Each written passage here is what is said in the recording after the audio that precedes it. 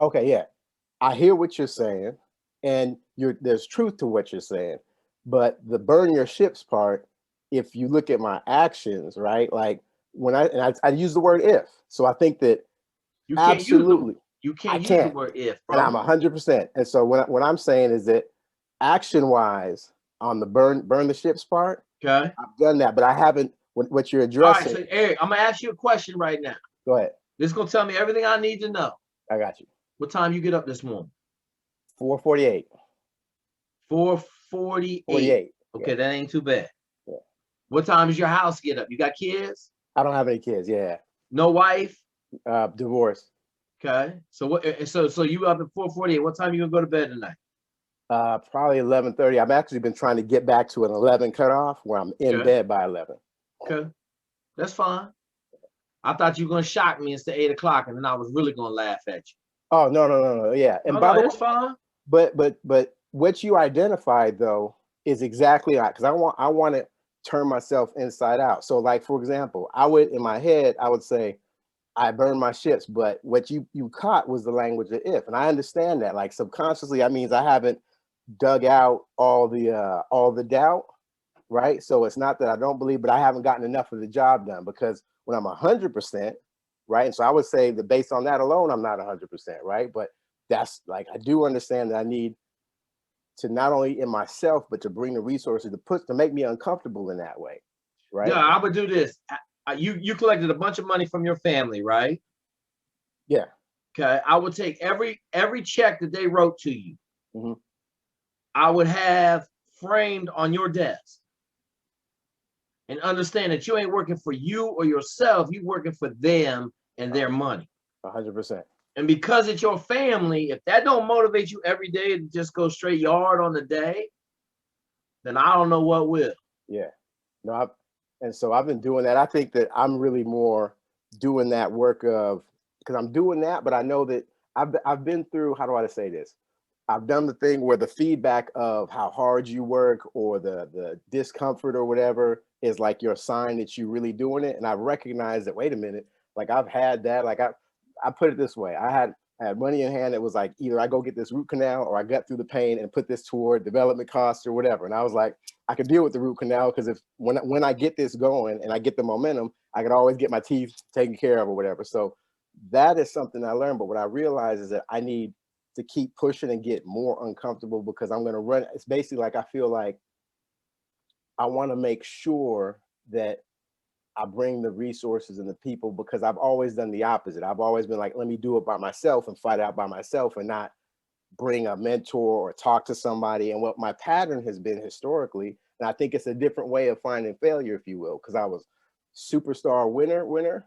And then all of a sudden I got into this rut or allowed myself to get into this rut where I'm doing the fighting, but I'm not being as effective as I know I should be. And it was really around 2016 when I saw something, I was like, this is a blind spot. And I had like, I did some assessment, got some coaching. I was like, I always thought if I worked harder than everybody, first in and last out, and was smart, that would, and that's what I had. That's one of the things. We So I so was so here's the deal, bro. We at the point where you need sponsorship. How old are you? 43? 43. Yeah. You Yeah. need sponsorship at this point, bro. You can't go nowhere in life now. Right. You get to about the 40s, you ain't going nowhere in life without sponsorship. Right. So if you don't have heavy sponsorship, you can't get there. Right. And so I've So you need everybody. You don't need somebody. You need everybody to right. help. And I've been on that, but I think that the everybody's that I have, because I've been doing that work and I've been marshaling the resources and all that, but they're still not like the fire that you're bringing right now. This get uncomfortable. This hey man, like the resources I have. They're good on the business end. They're good on the hey do this or do that or let me talk to you about this or let me talk to your business plan or whatever. Okay, so All of who do that you stuff. who do you have that started a business that has a very successful business that's helping you right now? Two guys. These are both, I guess, what you call contemporaries, and I have some people that are successful in business, but they didn't start their businesses. So then I would tell you, you still don't have the right people. So not only so people that started businesses, but at what level is the right person? Like, You want to do this making $50 million a year right now that started it from zero. right? I don't have that. Yeah, Or 20, let's just say a $20 million business a year. yeah. right? I'm a little bit different. One of my businesses I've been doing for 20 years. I just didn't have a business for it. Okay. I got 3 people actually running that for me, doing all the business stuff. Right. Shaking hands, making relationships, talking to the right people, greasing the skids, going this way, going that way, having meetings.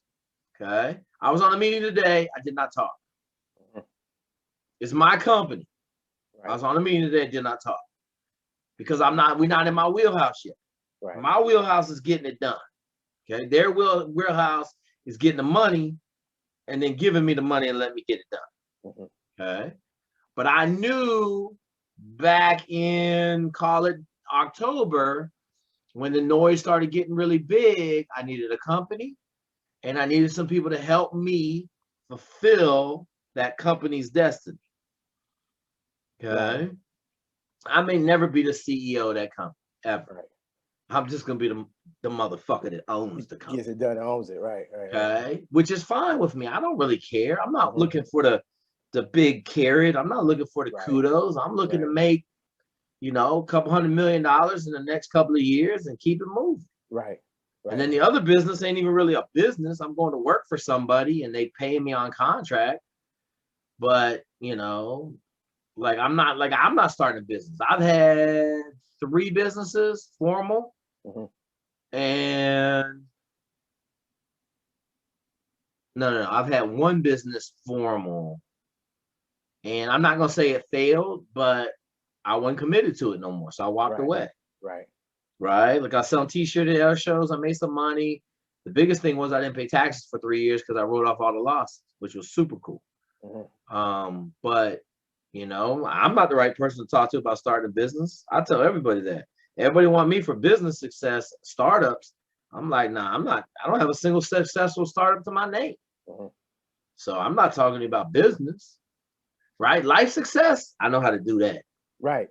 But like everybody, like your business stuff, I don't know. I really don't care what your business stuff is because to me, like, that is what it is. Right. You got to go out and find the right people to help you. And the expertise on that, yeah. And like,